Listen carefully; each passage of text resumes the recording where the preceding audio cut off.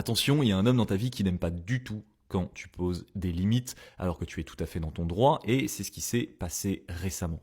Là, on est sur un énorme red flag et laisse-moi te montrer ce qui va se passer.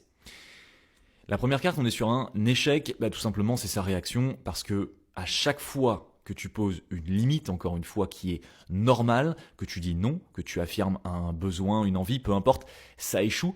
Il fait la gueule, il te fait culpabiliser, il minimise ce que tu ressens, il te dit que tu exagères, que tu es trop sensible, que tu es folle, que tu compliques les choses, bref, etc., etc. Et tes limites ne sont jamais respectées avec lui.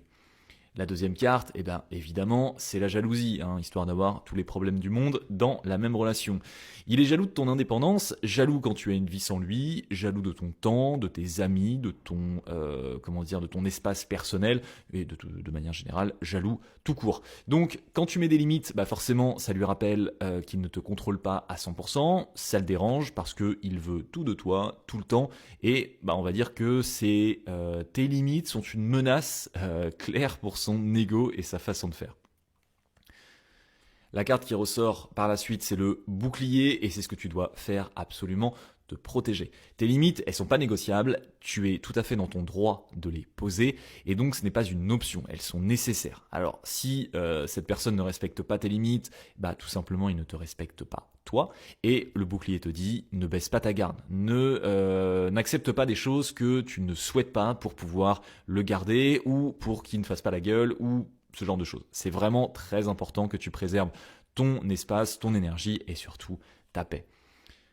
Ensuite, on a la clairvoyance qui te dit que tu dois ouvrir les yeux parce que il est peut-être temps de regarder les signes que tu ignores. Quand tu poses une limite et qu'il réagit mal, c'est un signe, c'est clairement un signe et un mauvais signe. Quand il te fait sentir coupable que tu aies des besoins, c'est aussi évidemment un signe. Quand il te teste, sans cesse en tout cas tes limites pour voir jusqu'où il peut aller, c'est très très mauvais.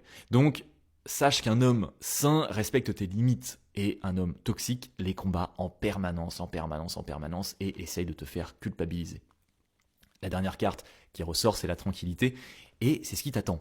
Si tu arrives à poser et surtout maintenir les limites que tu lui imposes, que tu ne cèdes pas à sa manipulation, si tu choisis ta paix, tout simplement tu vas te retrouver en totale tranquillité. Soit il va respecter tes limites et votre relation va s'améliorer, soit tout simplement il va partir parce qu'il ne va pas supporter, mais dans tous les cas c'est du positif parce que tu vas gagner de la tranquillité et ça vaut beaucoup mieux qu'une relation qui est malsaine.